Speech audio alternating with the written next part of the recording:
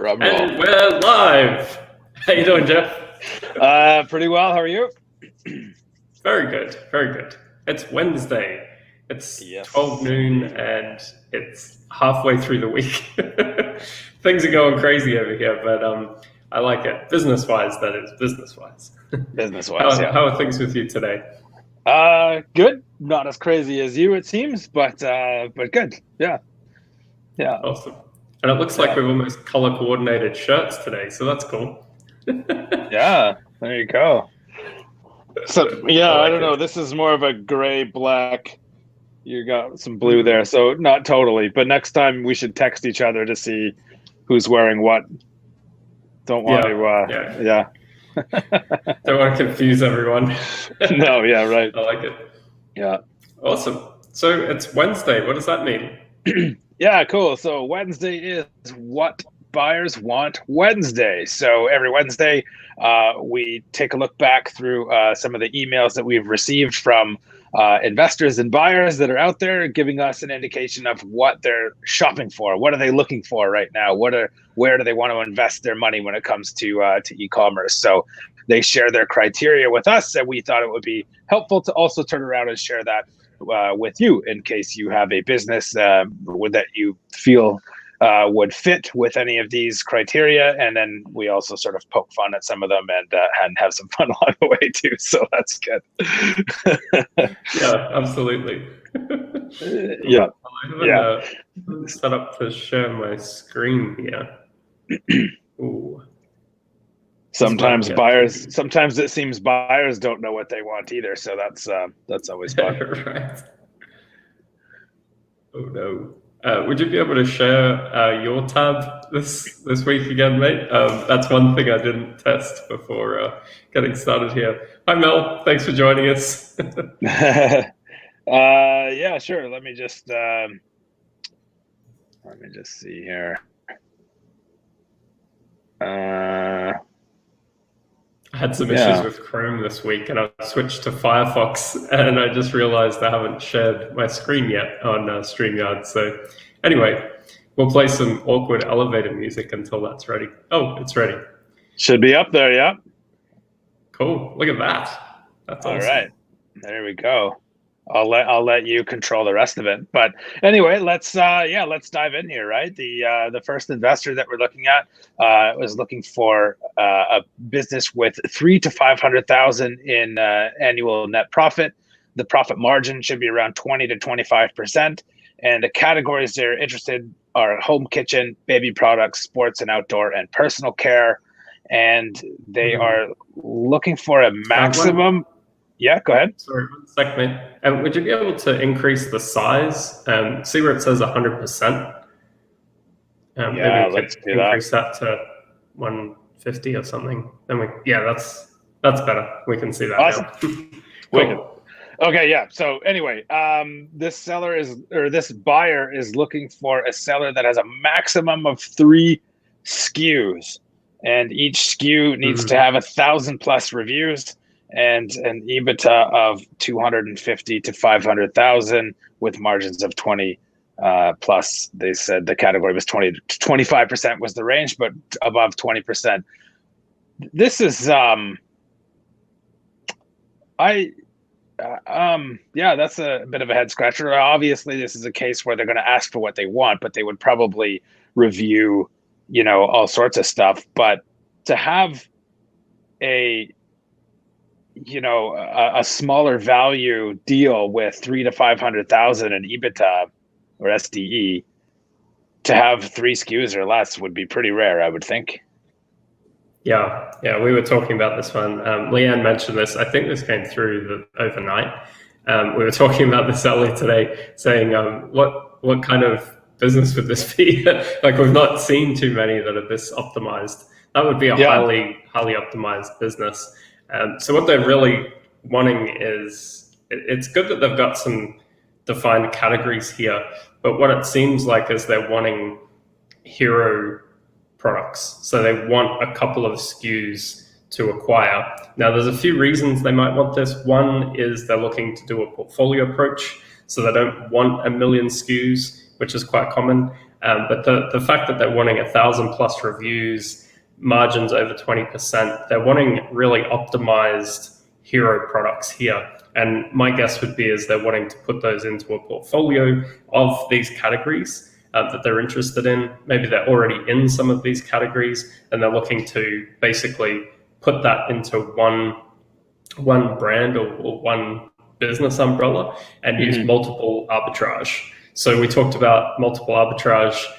We've talked about this a couple of times, and how yesterday in the Facebook group we were talking about single channel risk being the biggest reason why value is depressed, or there's a limit on value. So by this criteria, they're wanting a limited buyer pool and they're wanting a limited price, because there's not a lot of buyers that would pay a ton of money for something like this, but they're wanting very specific things here.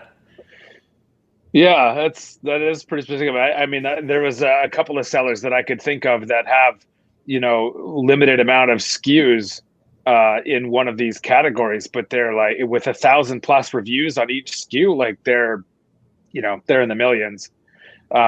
So yeah, interesting. Yeah, all right. Absolutely. Oops. What do we got next? All right. Whoops, I'm losing my spot here. This is a wider one here. So, all right. So next one, looking for 300,000 to 500,000 again in SDE, 15 to 20%. So a little bit lower on the lower than average on the profit margin. Looking for health, baby, personal care, beauty, kids, education, home improvement, automotive, kitchen and pet supplies. Looking for businesses that are making at least 2 million in revenue, 300,000 in SDE, true SDE. They're specifying. We've talked a lot about that. It's actually not a very easy number to actually figure out. 3.5 years, 3 years tax filings, seller note. They need to be open to a seller note and SBA eligible. Obviously, with the 3 years of tax findings, they would need that to be SBA eligible. Okay. Interesting. Well, they probably only need 2, but if they're wanting 3, that means they want a longer history in the business to model, to have more confidence modeling the future, for sure. Yeah. So this is an interesting one. SBA eligible. SBA eligible doesn't necessarily mean they'll use SBA to acquire the brand, though, right? Does it depend on a few things, or does that usually mean that they're looking to acquire SBA debt? Yeah, that's what they're wanting to use to fund this. And every man and their dog wants to use SBA debt right now because you get a 6-month break on payments and all sorts of things. The buyer pool at this level, this is the most SBA buyers we see are at this range, right? Looking for 300,000 in SDE up to 2 million in revenue. These are this buyer is competing with every single SBA buyer we have. Right. So it's good that they've at least narrowed down some categories, but also the seller note is quite interesting. That's somewhat of an SBA requirement, that more than around 10% of the deal is tied up as a seller financed note, basically. So you become the bank for 10%. That's quite standard. Yeah. Anything else that sticks out on this one for you? Not really. I mean, it seems like at 2 million in revenue, 300,000 in SDE, like they're going to be looking at a lot of deals, especially since they've sort of looking at a lower than average profit margin. It just seems like they're wanting to look at a lot of different deals, I think. Yeah, absolutely. Well, they're going to be anyway. Yeah, and I'd say that'd be likely a first-time buyer looking to replace their income or something like this. They don't have any leverage in any of these categories necessarily, unless they're super diversified, which would be quite cool. But I doubt it at that range. Yeah. Got it.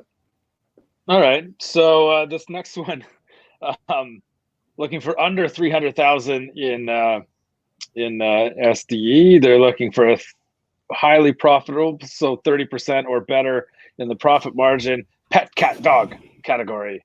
So and low cost, high performance. Low cost. I want a low cost, high performance business too. How about you, Jeff? glad they specified that. Yeah. Yeah. Well, I guess to be fair, there are people that say I'm looking for garbage, basically. But Yes. yeah, so there you go. Low cost, high So performance I pet wonder if catalog. the low cost refers to the cost of the products they're selling or the price of the business. I'm guessing the price of the business because at this range, these are some of the lowest multiples we've seen ever. At under this 300,000 SDE range is the lowest multiples you can see in the FBA or e-commerce world right now. So I guess they're saying low cost as far as low investment. And because they want that 30% plus margin, they're looking for a massive return on capital, which, yeah, I mean, if you can find something like this, awesome. If you And can find yeah, something like this in dog, that range, yes, yes, exactly, like exactly. that's yeah. Because if somebody's doing, high performing products, 30% plus in the pet category, I would be inclined to keep it. Yeah, because doing something right. We did have one that was just above 300,000 that we sold last year, and we in this category especially with good margins, and we did not sell it for a low multiple. We managed to get a pretty knock it out of the park result on that one. So this category is highly competitive on the buy side actually, which is great. So yeah, there you I go. agree with you. Just pushing Low above, cost, and you could have a much better. yeah, and low cost is relative, but it seems like if you're under 300,000 in SDE, but you've got a 30% plus profit margin and you've got high performing products in the pet category, you're not going to be under 100 under 300,000 SDE for long. And so, No. circle the date or a milestone and achieve that, I think would be good. But I mean, yeah, I mean, if this guy can get it about low cost is relative, right? Low cost in the pet category with high performing products and a high net profit margin would be relative, I think. So, yeah, and absolutely. maybe they know that if they're specifically looking in that category. Yeah, correct. And the cool thing is, once you get to even above 300,000 in SDE, we were finding some strategic interest. In other categories, you need to be above 1 million or multiple millions in SDE to really attract those strategics. But there are strategics in the pet space specifically that are looking at smaller deals. So 100%, if this is your business, don't sell yet. Keep building it up and up and up, and then you can get a much better result. So that would be my suggestion here. Yeah, totally. All right. Next, we've got under 300,000 in SDE, 25 to 30% in net profit. They're looking for pet, kitchen, and fitness brands with a trademark. Is their only qualification there. So what does that tell you about a buyer like this that's just looking for a trademark as their specification?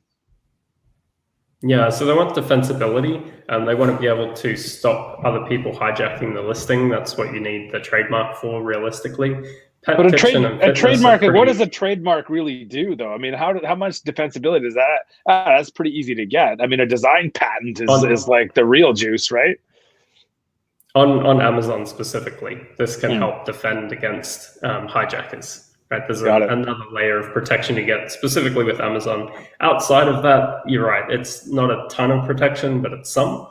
But yeah, design patent or utility patent is the best one. But even a design patent can give you more protection. But they're looking specifically, I would say, here on Amazon protection so that they can defend against people just jumping on and saying, I also sell this product. But the pet, kitchen, and fitness niche, they're three pretty hot categories, and most of them have good margins. So the 25 to 30 should be quite easy to achieve. Under 300,000 though, most of these businesses will be startup businesses. So maybe they'll just have a couple SKUs if they're managing to hit that sort of margin. If they're into the growth category and they're expanding their product line, it'll hit their margin. So it'd be what you'd likely see in this space is just a couple of products that are doing really well, or a hero product even under 300,000 to meet that margin requirement. Right. All right. Moving on, we've got another under 300,000. Oh, lots of under 300,000s I see.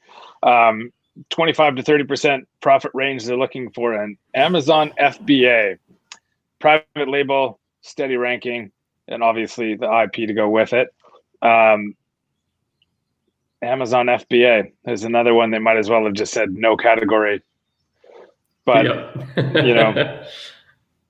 but it's interesting, when we talk a lot about, getting off of Amazon and growing those direct to consumer channels. There are people that are out there looking specifically, like this person, for an FBA deal. The only difference, like we talked about, is there's an upper limit to what they will pay for it. There is a cap where it becomes not attractive anymore or whatever. Yeah. So, but yeah. So anyway, it is not. What do you say about? Not really much to say on that one. No, it's pretty self-explanatory. Yeah. Well, yeah. It is and it isn't. Yeah. It is and it isn't. And then same with this next one here, also under 300,000, 25 to 30%. No category of particular interest, which is BS, and a business that can benefit from additional sales channels. What business couldn't benefit from additional sales channels, Jeff? What do you think? Is there a business that couldn't? Nothing that comes to mind, but nothing legal anyway. But I don't know. Right. Well, maybe they do want a brand here so that they can take those products out. If it was a random mix of products that got them to that revenue number or that SDE number, it'd be hard to take that out of Amazon. If it was a spoon and a pet product and a kitchen product, it's too random. Maybe they're saying here, give us a brand that we can actually take outside of Amazon, because maybe they have some experience selling direct to the consumer, which would be cool.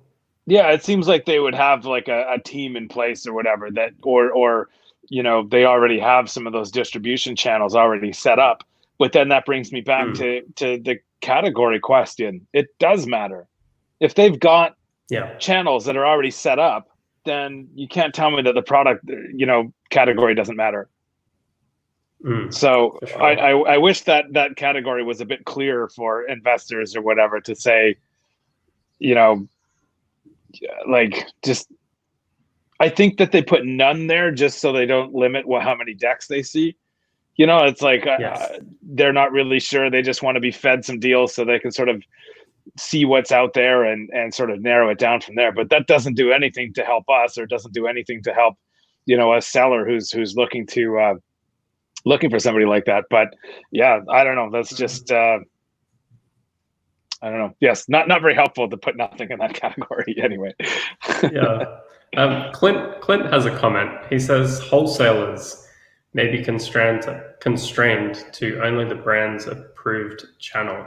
So I think he's referring to the trademark and IP that we just talked about before.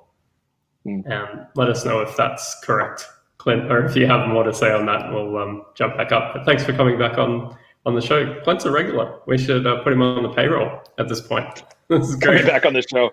Yeah, there you go. Right. Our next guest. What's next? The rest are kind of they're a little bit. We could kind of do them all together because there's only really a couple things interesting. Oh, I didn't even see how many more were left there. Yeah, so they're all under 300,000. They're all 15 to 20% in profit range. Somebody here is looking for a proprietary branded consumer product and has supply chain and brand established. And if they see, that's the thing. If they have all of this stuff established, they're probably not under 300,000. Or I guess they could be, yeah. But yeah, that's true. In this case, yeah, it's what they're wanting is they want a brand that has set up supply chain, the brand is established. So in the pet example, it would be your brand is all about pets, serves the same customer, and you've sorted the supply chain. So they don't want to have to deal with setting up from scratch, which is actually why a lot of buyers want to buy a business that's already operating instead of build it from scratch. And especially these smaller budget buyers, they're looking at, I have X amount of capital and I could get started from scratch, or I could buy a smaller brand and start and use that as a springboard. So a lot of these smaller deals or smaller buyers, that's what they're looking for. It So seems that's like all, this all that whoever means, that but seems like whoever that buyer is sitting in a hammock with a laptop. could be, And they, yeah. you know, and all of this stuff is already set up for them. Not We that should do the not show that there's from anything hammock wrong with time. that. Yeah, certainly nothing wrong with Yeah, that. no, I could be working from a hammock right now. This would be great. Yeah. So the next one, same under 300K, same profit range. Again, they're not giving us anything to do with category, but they're ideally only selling on Amazon. So again, this is another one like line number 7 there, where they're just looking for an Amazon business. So either they've got their Shopify already set up, perhaps they're brick and mortar, perhaps whatever, but they want that Amazon channel. Well, they're saying Amazon.com, so that could be just USA. I got they it. don't want to mess with Europe. They don't want to mess with Japan, Australia. Why would you do anything with Australia or Canada? Hey, you don't want to mess with those weaker currencies, right? We have needs. Right. Yeah. And to round this out, last guy or girl under 300K, 15 to 20 in electronics, and they're looking to purchase cash flow, which leads me back to the question mark on the category. But I'll let you sort of talk about that one. Sometimes when I look at the profit margins in some electronics categories, I say, what cash flow? But yes, yeah.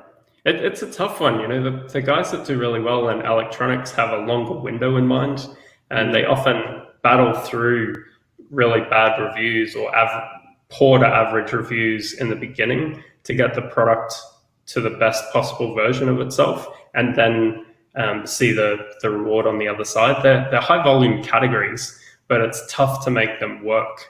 Because often if you're innovating in electronics, a lot of things can break easily, etc. So a lot of people don't want to go through that pain. And as a result, it's also highly competitive because a lot of the manufacturers sell direct to consumer through Amazon. So if the factory is selling to you, they need to make a margin. If they're selling it direct to the customer, they've got more margin to play with. So in a lot of the electronic categories, that's why the margins are so low.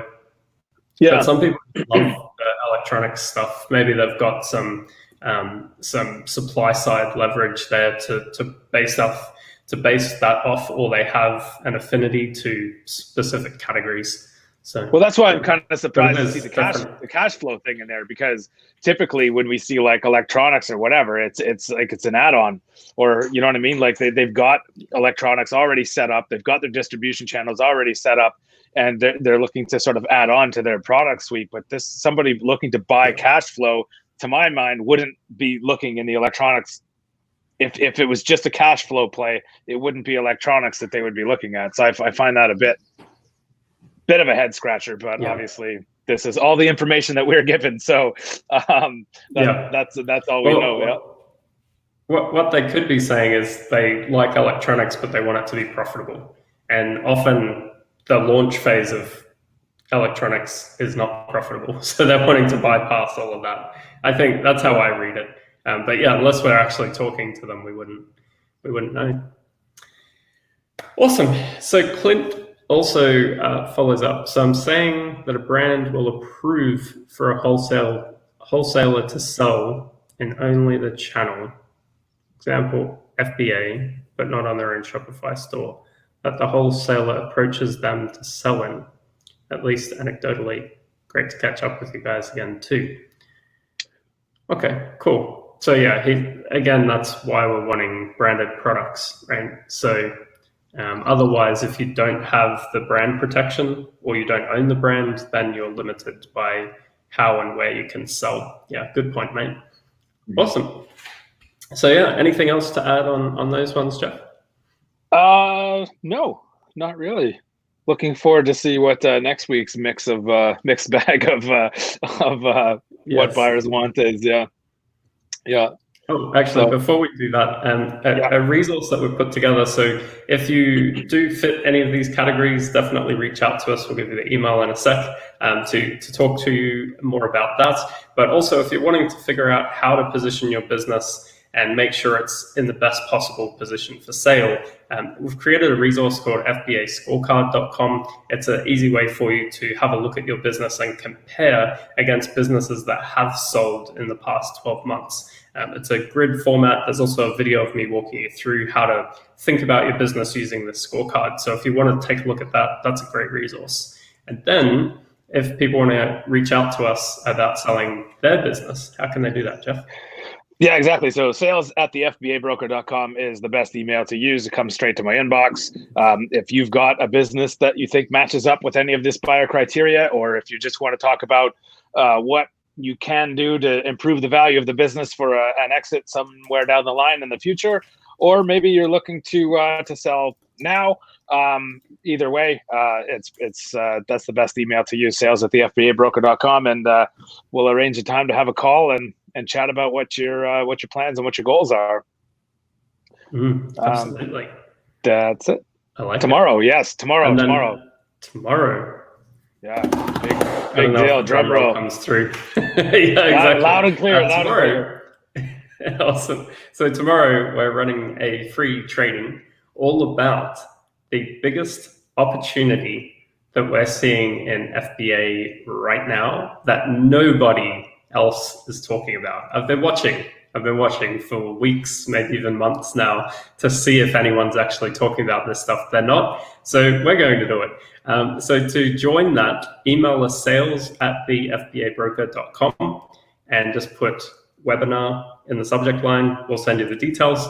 Or you can jump over to our Facebook group, and I'll put the link in the comments here. Jump over to the Facebook group, and we'll be streaming it live into the Facebook group only. But if you want to join the actual Zoom call and have a Q&A at the end with us live, email us and we'll send you the Zoom link. But I'm super excited. That's at 12 noon Central. So we will be able to send you a recording if that time doesn't work for you. But yeah, I'm pretty excited to get these thoughts out there and start a bit of a movement, I think.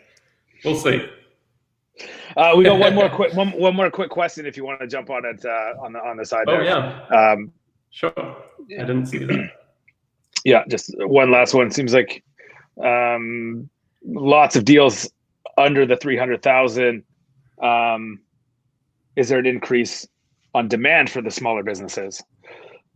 What are you seeing? Is there an increase on demand? It seems like the market is pretty saturated with the lower value deals, and it seems like it's sort of pushing the values down a little bit. At least that's from what I'm seeing. Would you agree with that? Yeah, so that's why more buyers are looking at that range, is because there's a lot to choose from, and the multiples are really soft at that range. So if you're in that spot, I'd really take a look at value and see if it's worth selling or just pushing up into that next category, because the main reason most of the buyers are looking at lower range, and this is always the case, right? There's always more buyers with cash to do small deals, is because they have less capital, but also the biggest reason is the multiples are soft. So if you can pick up cash flow, or as I'm started calling it, stealing cash flow for just a couple times earnings, this is a really good spot to be in, right? A lot of the successful sellers we know and deal with that are clients as well are actually looking to go acquire, because it's cheap to acquire the cash flow, add it into your bigger business and build a bigger business. That might be one of the opportunities we're going to talk about tomorrow, but it might not be. I got a good eye roll from Leanne on that one. That was a bad joke. Awesome. Cool. Excellent. Well, that's it. Hopefully that was helpful to everyone. I enjoy seeing what the buyers are reaching out and asking for on a weekly basis. I think you do too as well, Jeff. Yeah, it's interesting to sort of try to get in the mind and figure out who they might be or what kind of buyer they might be too. So yeah, because I do talk, to people about, like, you get to pick and choose at the end of the day who you do business with and who you sell to. So, thinking, about aligning yourself with somebody who has a similar interest to increase the, keep the business going. So yeah. Awesome. Cool. Well, thanks for jumping on, dude. And thanks everyone for joining us. Hopefully these are helpful, and we look forward to seeing you tomorrow on the live training. And we'll talk about the biggest opportunity we're seeing right now in FBA. All right. See you tomorrow. Cheers. Awesome. See you then.